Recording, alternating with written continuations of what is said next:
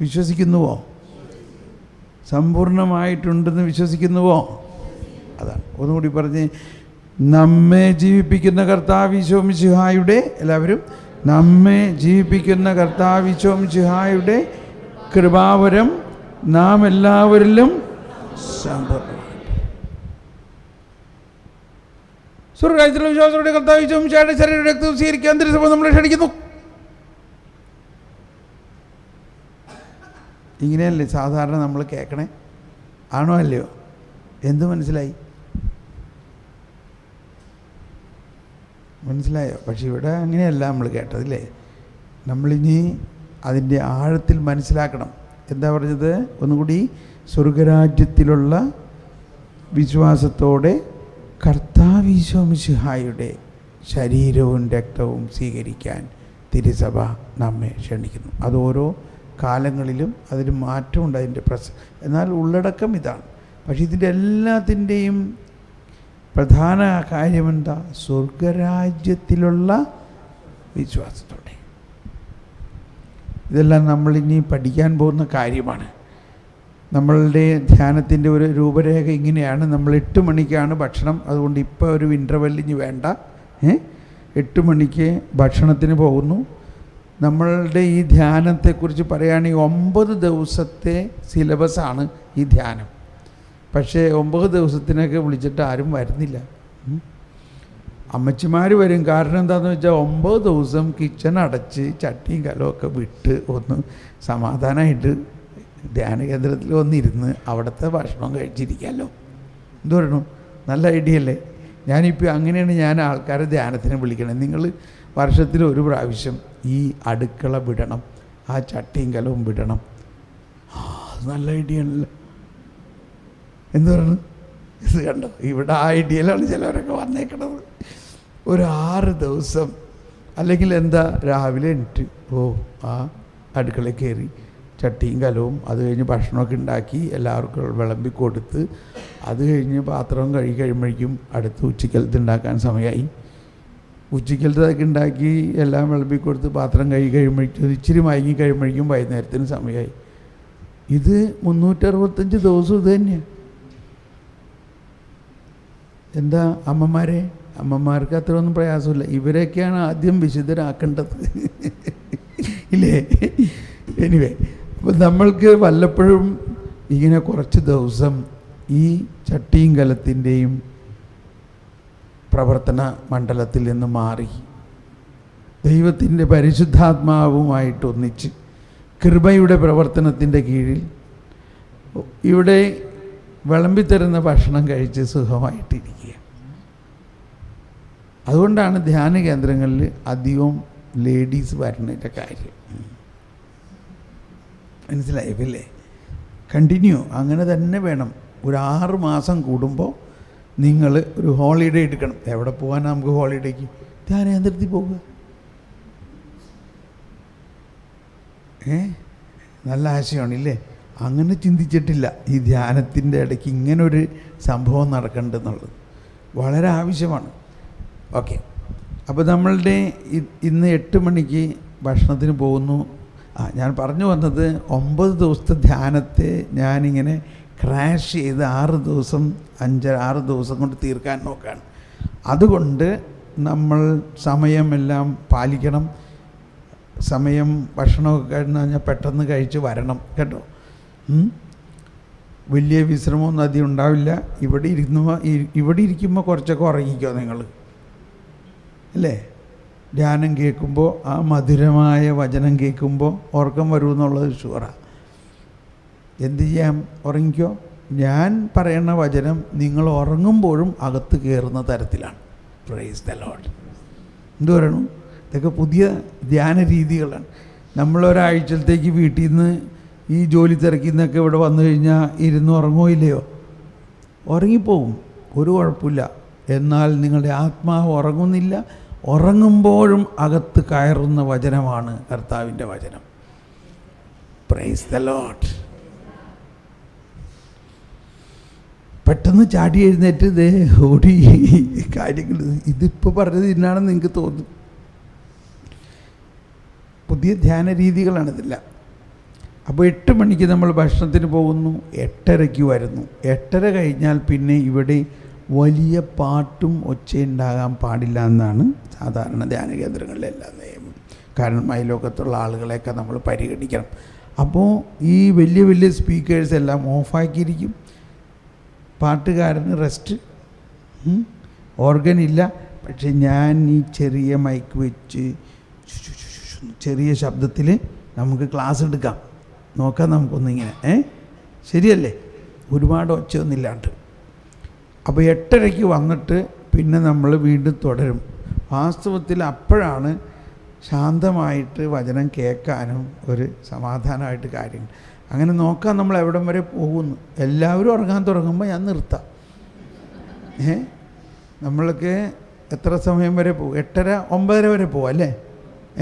Alright. എന്തു പറഞ്ഞു അമ്മ? 10 വരെ. കണ്ടോ, വയസ്സായ ആൾക്കാർ 10 വരെ. നോക്കാം, നമുക്ക് 10 വരെ പോകാൻ പറ്റുമെങ്കിൽ നോക്കാം. അല്ലെങ്കിൽ 9:30 വരെ പോയിട്ട്, ഇന്ന് നമുക്ക് 9:30 വരെ പോയിട്ട് നോക്കാം നമുക്ക് എങ്ങനെയുണ്ടെന്ന്. ഒരു മൂടുണ്ടെങ്കിൽ മുന്നോട്ട്. ഇപ്പോൾ എല്ലാവരും യാത്രയൊക്കെ ചെയ്ത് ക്ഷീണിച്ച് വന്നേക്കുന്ന ദിവസമുണ്ട്. ഇന്ന് നമുക്ക് 9:30 നിർത്താം. നാളെ നമുക്ക് വേണമെങ്കിൽ നോക്കാം. രാവിലെ എത്ര മണിക്ക് എണീക്കണം? അയ്യോ, വേറൊരു കാര്യമുണ്ട്, അതിപ്പോൾ പറയണോ? അതായത് നമ്മുടെ ഈ ധ്യാനത്തിലെ മറ്റൊരു കാര്യം ഇതാണ്. രാവും പകലും കർത്താവിനെ ആരാധിക്കുകയാണ്. നമ്മുടെ ടീമുണ്ട് ഇവിടെ, പുറകിൽ ഈശോനെ എഴുന്നള്ളിച്ച് വെച്ച് ആരാധിച്ചുകൊണ്ടിരിക്കുന്നുണ്ട്. നമ്മളതിനെ ഒരു ക്രമീകരണം ഉണ്ടാക്കണം.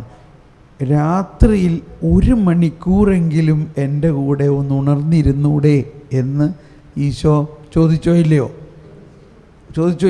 ഇത് നമുക്ക് എവിടെയെങ്കിലും പറ്റുമോ? നമുക്ക് ഇടവക പള്ളിയിൽ ഇതിനുള്ള സൗകര്യം ഉണ്ടോ? എന്നുവെച്ചാൽ വ്യവസ്ഥിതി ഇന്നില്ല, നമ്മുടെ വീട്ടിലും ഇല്ല. അതുകൊണ്ട് ഇങ്ങനെയുള്ള സ്ഥലത്താണ് അതിന് പറ്റുന്നത്. ഈശോ പറഞ്ഞു, ഇപ്പോൾ ഇതൊരു ടീച്ചിങ് മാതിരി ഞാൻ പറയാം. ഈശോ പറഞ്ഞു, സിസ്റ്റർ വായിച്ചോളൂ. മർക്കോസ്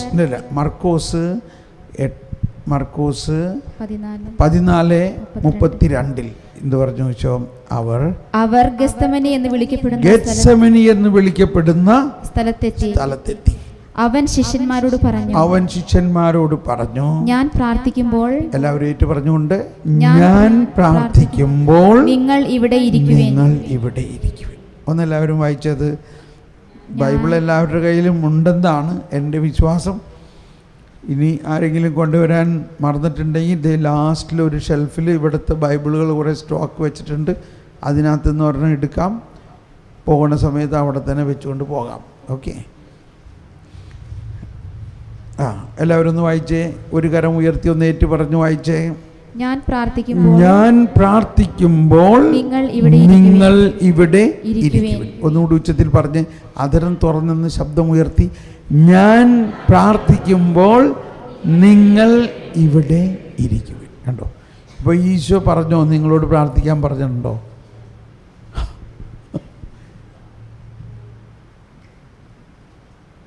ഇതൊക്കെയാണ് ഞാൻ പറയുന്നത്. ഒരുപാട് പുതിയ കാര്യങ്ങളാണ്. ഞാൻ 25 വർഷമായി വചന പ്രഘോഷണം ആരംഭിച്ചിട്ട്.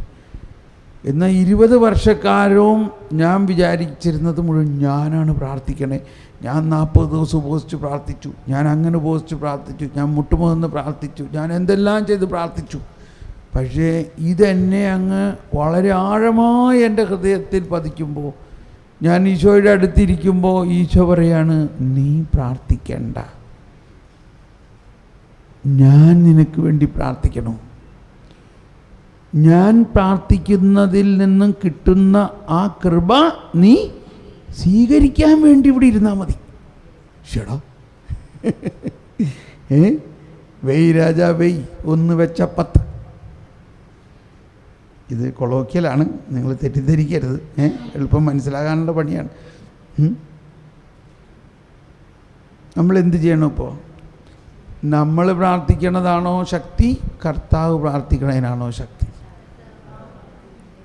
അപ്പോൾ ഇത് നിങ്ങൾക്കൊരു അനുഭവമാകണം. അതിനാണ് ഈ വിശുദ്ധ കുർബാനയുടെ ആരാധന രാത്രിയിൽ നടത്തുമ്പോൾ, അത് നമ്മളിപ്പോൾ ഞാൻ പിന്നീട് അനൗൺസ് ചെയ്യാം. സിസ്റ്റർമാരോട് ചോദിച്ചിട്ട് എങ്ങനെയാണ്, അവിടെ ചാപ്പലുണ്ട്, ഇവിടെ ചാപ്പലുണ്ട്, ഞാനതിനെക്കുറിച്ച് നിങ്ങളൊന്ന് ചിന്തിക്കുക.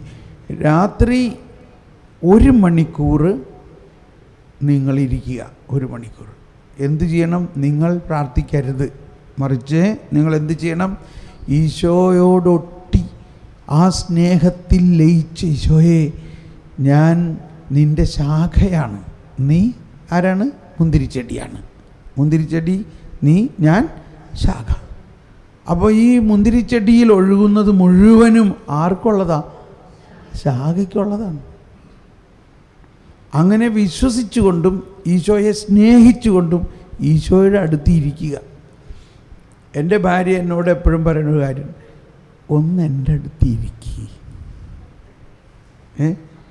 കാരണം ആളെ കിട്ടാനില്ലേ? എന്നെ ആൾക്ക് കിട്ടണില്ല. ഞാനെപ്പോഴും രാവിലെ മുതൽ വൈകുന്നേരം വരെ സ്റ്റേജിലാണ്. ഭാര്യയുടെ കൂടെ ഇരിക്കാനായിട്ട് എനിക്ക് സമയമില്ല. അപ്പോൾ ഭാര്യയുടെ ഒറ്റ ആഗ്രഹമുള്ളൂ.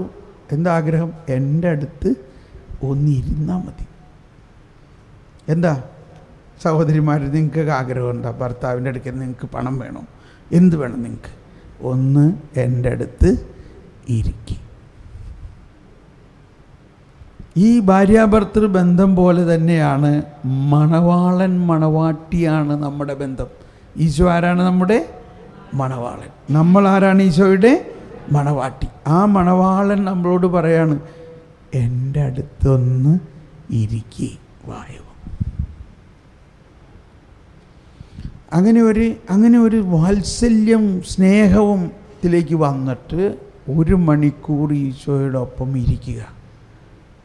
നിങ്ങളുടെ ഹൃദയം തുളുമ്പി നിങ്ങളങ്ങ് ശ്വാസം മുട്ടിപ്പോവും ആ സ്നേഹം കൊണ്ട്. അതാണ്ടാണ്. അപ്പോൾ അത് ഈ ദിവസങ്ങളിൽ നമ്മൾ അനുഭവിക്കണം. ഓരോ ദിവസവും ഞാൻ വ്യത്യസ്ത തരത്തിലുള്ള പ്രാർത്ഥനാ രീതികൾ നിങ്ങൾക്ക് പറഞ്ഞുതരും. ഇന്നൊരു ദിവസം അല്ലെങ്കിൽ ഇന്ന് നാളെയൊക്കെ നമുക്കിങ്ങനെ ചെയ്യാം. 1 മണിക്കൂർ ഈശോയോടൊപ്പം ഇരിക്കണം രാത്രി. അപ്പോൾ അതിന് നിങ്ങൾ തൽക്കാലം മനസ്സിലൊന്ന്, ചിലവർ ആദ്യം ഇപ്പോൾ സാധാരണ ഉണ്ടാവണമെന്ന് വെച്ചാൽ പ്രായമായവരൊക്കെ 9 മണി 9:30 അല്ലെങ്കിൽ 10 മണി 11 വരെ എന്ന് പറയുമ്പോൾ ഇത്തിരി പ്രായമായവരെല്ലാവരും വരും. പ്രായം കുറഞ്ഞവരൊക്കെ അത് കഴിഞ്ഞിട്ട് എടുക്കണം. നമുക്ക് 11, 12, 12, 1 മുതൽ 2 വരെ അങ്ങനെയുള്ള ടൈമിങ്ങിൽ നിങ്ങൾ എടുത്തിട്ട് അതനുസരിച്ച് ഇവിടെയോ അതെവിടെയാണെന്ന് പറയാം. അപ്പോൾ അതനുസരിച്ച് ഇപ്പോഴേ മനസ്സിന് ഒന്ന് മനസ്സിലൊരു രൂപരേഖ ഉണ്ടാക്കുക. എപ്പോഴിരിക്കണം, നിങ്ങൾ എപ്പോഴാണ് സാധാരണ? ചിലവർക്ക് 3 മണിക്ക് എണീറ്റ് നല്ല ശീലമുണ്ട്. ഇതെല്ലാത്തിൻ്റെയും പുറത്ത് വേറൊരു നമ്മളുടെ പ്രാർത്ഥനാ രീതി ഒന്ന്, അതിരാവിലെ അവൾ വാതിക്കൽ കാത്തു നിൽക്കുന്നു.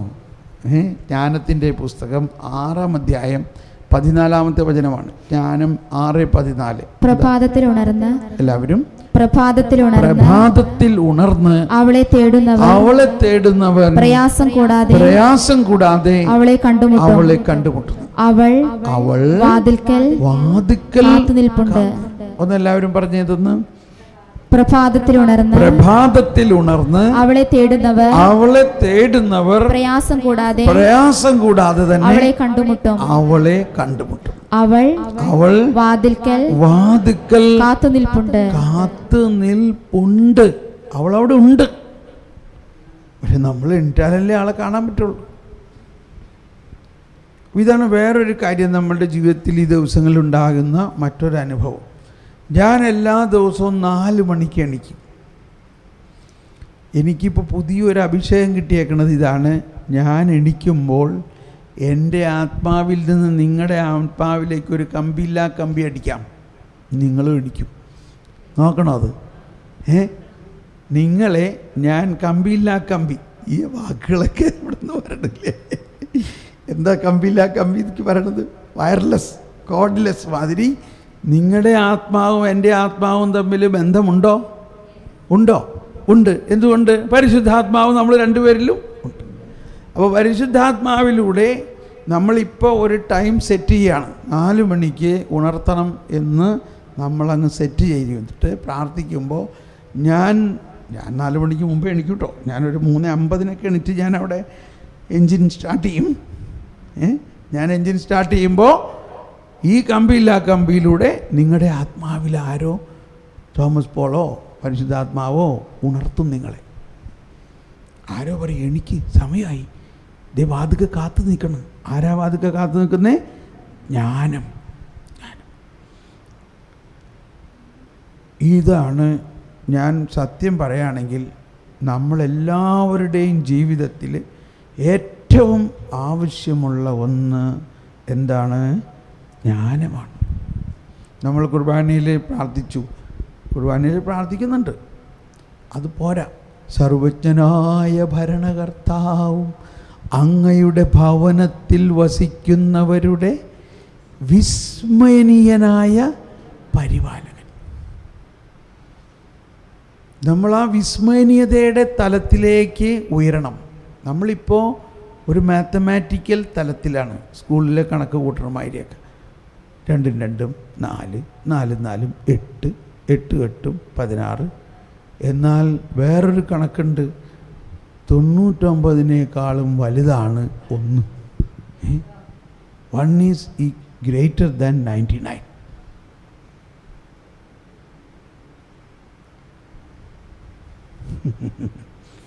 ഒന്നും 2 നമ്മൾ പഠിച്ചേക്കണം. ഈശോ പറയാണ് അല്ല, 1 ഇമ്മിണി വലിയൊരൊന്നാണ്. 1 എന്താണ്? വലിയൊരൊന്ന്. കണ്ടോ നമ്മുടെ മാത്തമാറ്റിക്സും കർത്താവിൻ്റെ മാത്തമാറ്റിക്സും തമ്മിലുള്ള വ്യത്യാസം. അപ്പോൾ ഈ മാത്തമാറ്റിക്സ് അല്ലെങ്കിൽ ഈ ജ്ഞാനം നമ്മളിൽ ഒഴുകണം. ഈ നമ്മുടെ സാധാരണ ജീവിത രീതിയിൽ തന്നെയുള്ള നിരവധി പ്രശ്നങ്ങളുടെ എല്ലാം മൂലകാരണം നമ്മൾ ദൈവത്തിൻ്റെ ജ്ഞാനം ചോദിക്കാതെ പല തീരുമാനങ്ങളും എടുത്തു. അത് പാളിപ്പോയി, അല്ലെങ്കിൽ അത് വിജയിച്ചില്ല. അത് വിജയിക്കാണ്ടായപ്പോൾ നമ്മുടെ ജീവിതത്തിൽ വലിയ പ്രശ്നങ്ങളായി. ഇതിൽ നിന്ന് എങ്ങനെ മടങ്ങി വരണം? മടങ്ങി വരാൻ കുറേയും കൂടി ജ്ഞാനം കിട്ടുമ്പോൾ കർത്താവ് വഴി കാണിച്ചു. പെട്ടെന്നൊരു ഉദാഹരണം പറയും. ഒരാൾ എൻ്റെ പുറകെ കിടന്ന് എപ്പോഴും എൻ്റെ ബ്രദറെ ഒന്ന് പ്രാർത്ഥിക്കുക, എനിക്ക് 60 ലക്ഷം രൂപയുടെ കടബാധ്യതയുണ്ട്. അപ്പോൾ ഞാൻ താമ്പോടും 60 ഉള്ളൂ, ഇവിടെ കോടിക്കണക്കിന് കിടക്കണവർ എൻ്റെ അടുത്ത് ലിസ്റ്റിലുണ്ടെന്നൊക്കെ പറഞ്ഞ് സമാധാനം. എൻ്റെ ബ്രദറെ എങ്ങനെയെങ്കിലും ഇതിനകത്തുനിന്ന് രക്ഷപ്പെടണം. ഞാൻ പറഞ്ഞു, നീ ഒരു കാര്യം ചെയ്യോ, എന്ത് വേണേലും ചെയ്യാം, വലിയ കാര്യമൊന്നുമല്ല. വെളുപ്പിന് 4 മണിക്ക് എണീറ്റ് ജ്ഞാനത്തിന് വേണ്ടി പ്രാർത്ഥിക്കണം. അത്രയും ചെയ്താൽ എൻ്റെ 60 ലക്ഷത്തിൻ്റെ കടബാധ്യത മാറും. എന്താ ഈ കടബാധ്യത ഉണ്ടാകാൻ കാരണം? എന്താ? നീ ജ്ഞാനത്തിന് വേണ്ടി പ്രാർത്ഥിച്ചില്ല എന്നുള്ളതാണ്. അത് ശരിയാണ് ബ്രദർ, ബൈബിളിൽ ഇങ്ങനൊരു പുസ്തകം ഉണ്ടെന്ന് ഇപ്പോഴാണ് എനിക്ക് മനസ്സിലായത്. അങ്ങനെ ഇദ്ദേഹം പ്രാർത്ഥിക്കാൻ തുടങ്ങി. കുറച്ച് ദിവസം കഴിഞ്ഞപ്പോൾ പറഞ്ഞു, ബ്രദറെ ഒന്നും നടന്നില്ല. ഞാൻ പറഞ്ഞു, നടക്കുന്നവരെ പ്രാർത്ഥിക്കണം. അതിൻ്റെ അർത്ഥം ദൈവം ഇതിനെ നിൻ്റെ കഴിവ് കൊണ്ട് ഇത് മാറില്ല. നിൻ്റെ ഹാർഡ് വർക്ക് കൊണ്ടും 60 ലക്ഷം രൂപ ജീവിതകാലത്ത് ഉണ്ടാക്കാൻ പറ്റില്ല. കർത്താവ് ഒരു ഐഡിയ തരും, ഒരു ജ്ഞാനം തരും. പെട്ടെന്ന് ജ്ഞാനത്തിന് വേണ്ടി പ്രാർത്ഥിക്കാൻ നിങ്ങളെ പ്രചോദിപ്പിക്കാനായിട്ട് ഞാനൊരു ഭൗതികമായ ഉദാഹരണം പറയുകയാണ്. നടന്ന സംഭവമാണ്. കുറച്ച് ദിവസം കഴിഞ്ഞപ്പോൾ ഞാൻ വിളിച്ചിട്ട് പറഞ്ഞു, ബ്രദറേ സംഭവിച്ചു. എന്ത് സംഭവിച്ചു? എങ്ങനെ സംഭവിച്ചു? 60 ലക്ഷം രൂപയുടെ കടബാധ്യതയും തീർന്നു, എല്ലാം ശരിയായി. അപ്പോൾ എനിക്ക് ആകാംക്ഷയടാ, അതെങ്ങനെ സംഭവിച്ചു? എൻ്റെ ബ്രദറെ, ഞാൻ താമസിച്ചിരുന്ന സ്ഥലം ടൗണിൻ്റെ നടുക്ക് ഒരു 10 സെൻറ്റ് സ്ഥലമാണ്. ഞാനതിൽ വലിയ അഭിമാനത്തിലായിരുന്നു. ടൗണിൽ എനിക്ക് നടുക്ക് വീടുണ്ട് എന്നൊക്കെ പറഞ്ഞുകൊണ്ട്. ഒരു ദിവസം വെളുപ്പിൽ ഞാനിങ്ങനെ ജ്ഞാനത്തിന് പ്രാർത്ഥിച്ചുകൊണ്ടിരിക്കുമ്പോൾ എൻ്റെ ഉള്ളിൽ തോന്നുകയാണ്, ഞാൻ ഈ ടൗണിൻ്റെ നടുക്ക് കിടക്കണില്ല, എന്താ അർത്ഥമുള്ളത്? എവിടെയായാലും ജീവിച്ചാൽ പോരെ?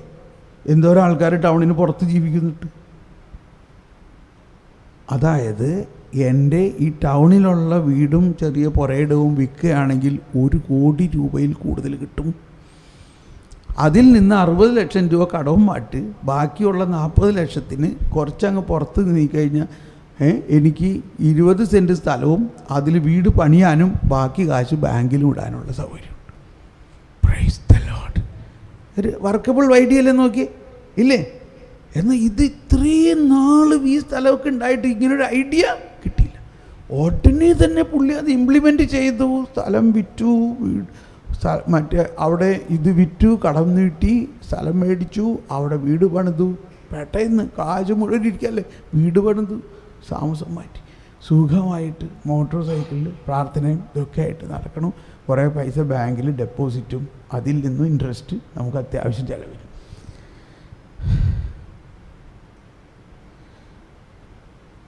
ഇത് ഒരു ഒരു ഒരു ഐഡിയയാണ്. പൈസയുടെ കാര്യമല്ല ഇവിടെ. നമ്മൾ ദൈവത്തിൻ്റെ വെളിപാട് തന്നെ. ഇപ്പോൾ ഈ ധനഹാകാലം എന്ന് പറഞ്ഞാൽ എന്താ? എന്തെന്നാ പിണ്ടി പെരുന്നാൾ എന്ന് പറഞ്ഞാൽ? എന്താ പിണ്ടി പെരുന്നാളിനർത്ഥം? പിണ്ടി കുത്തിയിട്ട് അതുമെല്ലാം പന്തം കുത്തുകയാണ്. പന്തം ഇപ്പം എല്ലാവരും ശരി, അതല്ലേ പിണ്ടി പെരുന്നാൾ. പിണ്ടി കുത്തിയിട്ട് അതുമെല്ലാം പന്തം കുത്തുന്നു. എന്താണ് ഈ പന്തം? പന്തം എന്ന് പറഞ്ഞാൽ വെളിവാണ്, പ്രകാശമാണ്. യേശു ഭൂമിയിൽ വന്ന് പന്തം കൊളുത്തിയിരിക്കുന്നു, അതായത് പ്രകാശം പരത്തിയിരിക്കുന്നു. ആ പ്രകാശം വന്നതോടുകൂടി അന്ധകാരം മാറുന്നു. ആ പന്തം കൊളുത്തിയ പിണ്ടിക്ക് ചുറ്റും മനുഷ്യർ കിടന്ന് സന്തോഷമാവുന്നതുകൊണ്ട് ഇച്ചിരി വാട്ടീസൊക്കെ അടിക്കണം, പോട്ടെ, സാരമില്ല, പെരുന്നാളല്ലേ, വർഷത്തിൽ ഒരിക്കലല്ലേ ഉണ്ടാവുള്ളൂ അല്ലേ. കൂടുതൽ സന്തോഷം വന്നപ്പോൾ കുറേ പടക്കം പൊട്ടിക്കണം. ഇതൊക്കെ ഈ വെളിച്ചത്തിൻ്റെ കണ്ടിട്ടാണ്. ഈ വെളിച്ചത്തിൻ്റെ മുമ്പിൽ മിന്നാമിനുങ്ങളും ഈയാമ്പാറ്റയും കിടന്ന് കറങ്ങണ മാതിരിയാണ് മനുഷ്യൻ മുഴുവനും. ഈ പിണ്ടിപ്പെരുന്നാൾ എന്നെ സംബന്ധിച്ച് ഭയങ്കര അർത്ഥമാണ്. പക്ഷേ പിണ്ടിപ്പെരുന്നാളായാലും അമ്പ് പെരുന്നാളായാലും നമുക്ക് ശരിക്കും അതിൻ്റെ അർത്ഥമൊന്നും അറിയാണ്ട് ആണ്. അതിലേക്ക് നമ്മൾ വരണം. അപ്പോൾ ഞാൻ പറഞ്ഞു വരുന്നത്, നാളെ ഒന്നപ്പോൾ ഈ രാത്രി 1 മണിക്കൂർ പ്രാർത്ഥന, അതിന് പുറമേ 4 മണിക്ക് എണീറ്റ് പ്രാർത്ഥിക്കണം. എൻ്റെ കൂടെ അലാം സെറ്റ് ചെയ്യണമെന്നുള്ളവരൊന്ന് കൈ ഉയർത്തി. 4 മണിക്ക് നിങ്ങളാരോ ഉണർത്തും. ഒന്ന് പരീക്ഷിച്ച് നോക്ക്. റെഡിയാണോ? ശരി, എന്നാൽ നിങ്ങൾ കൈ ഉയർത്തിക്കോ. ഞാനിപ്പോൾ പ്രാർത്ഥിക്കാൻ പോവുകയാണ് നിങ്ങൾക്ക് വേണ്ടി. നിങ്ങളുടെ ആത്മാവും എൻ്റെ ആത്മാവും തമ്മിൽ ഒരു സെറ്റപ്പ് ചെയ്യാൻ പോവുകയാണ്. പരിശുദ്ധാത്മാവ് നിങ്ങളെ 4 മണിക്ക് ഉണർത്തും. റെഡി? നിങ്ങൾ സമ്മതിക്കുന്നുണ്ടോ? നിങ്ങളുടെ സമ്മതം ആവശ്യമാണ്. ഓക്കെ, കരമെന്ന പൂർണ്ണമായിട്ട് ഉയർത്തു. ഞാൻ പ്രാർത്ഥിക്കാൻ പോവുകയാണ്. കർത്താവേ, അങ്ങ് ജ്ഞാനികളെ ഇത്രയും ദൂരത്തുനിന്ന് കൊണ്ടുവന്നെങ്കിൽ ഇവിടെ കുറേ ജ്ഞാനികളുണ്ട്. ഇവരെ വെളുപ്പിനെണിപ്പിച്ച് അങ്ങയുടെ ജ്ഞാനം കൊടുക്കണേ. ജ്ഞാനം വാതിക്കൽ കാത്തു നിൽപ്പുണ്ട്, പക്ഷെ ആ സമയം അവരെണിക്കാൻ പറ്റാത്തത് കൊണ്ടാണ്. അതുകൊണ്ട് നാളെ 4 മണിക്ക് എന്നെ ഉണർത്തുന്നതോടൊപ്പം ഇവരെല്ലാവരെയും ഉണർത്തി ജ്ഞാനം കൊടുക്കുന്നതിന് ഇവരുടെ ആത്മാവും എൻ്റെ ആത്മാവും തമ്മിൽ ഇപ്പോൾ ഇതാ ഒരു ഉടമ്പടി ചെയ്യുന്നു, ഒരു സെറ്റപ്പ് ചെയ്യുന്നു. പരിശുദ്ധാത്മാവേ ഇത് നടത്തും, ഞാൻ വിശ്വസിക്കുന്നു. പരിശുദ്ധാത്മാവ് പ്രാർത്ഥിക്കണേ. ഇവരുടെ ആത്മാവിൽ വസിക്കുന്ന പരിശുദ്ധാത്മാവേ, എൻ്റെ ആത്മാവിൽ വസിക്കുന്ന പരിശുദ്ധാത്മാവേ, ഇവരെല്ലാവരെയും നാളെ 4 മണിക്ക് മുമ്പ് ഉണർത്തണമേ. Praise the Lord. അങ്ങനെ ഉണർന്ന് ഈ ഡോർമെറ്ററിലാണെങ്കിൽ ബഹളമൊന്നും ഉണ്ടാക്കരുത്. അവിടെ കട്ടിലുമ്പോൾ തന്നെ ഇരുന്ന് കുറച്ച് സമയം ജ്ഞാനത്തിന് വേണ്ടി പ്രാർത്ഥിച്ചിട്ട് തൽക്കാലം വീണ്ടും കിടന്ന് ഉറങ്ങിക്കോ. മനസ്സിലാവുന്നുണ്ടോ? ഭയങ്കര വ്യത്യാസമായിരിക്കും. ജ്ഞാനം വാതുക്കൽ കാത്തു നിൽപ്പുണ്ട്. ഓ ജ്ഞാനമേ, എന്നെ കാത്തു നിൽക്കുകയാണോ, വരൂ. That's all. എന്നിട്ട് കുറച്ച് സമയം ജ്ഞാനത്തിൻ്റെ പുസ്തകത്തിലെ ചില ഭാഗങ്ങൾ അതൊക്കെ നാളെ നമ്മൾ പഠിക്കും. ജ്ഞാനം നൽകണമെന്ന് മാത്രം പ്രാർത്ഥിക്കുക. ദൈവമാണ്. നമ്മളെല്ലാവരും ജ്ഞാനസ്നാനത്തിലൂടെ ഇത് കിട്ടിക്കഴിഞ്ഞിരിക്കുന്നതാണ്. Praise the Lord. ഇപ്പം നമ്മൾ പെട്ടെന്ന് നിർത്തുകയാണ്, സമയമായി. എല്ലാവരും ഭക്ഷണം കഴിക്കാൻ പോകുന്നു. എല്ലാവരും ഭക്ഷണം കഴിച്ച് 8:30 തിരിച്ചെത്തുന്നു. Okay, thank you.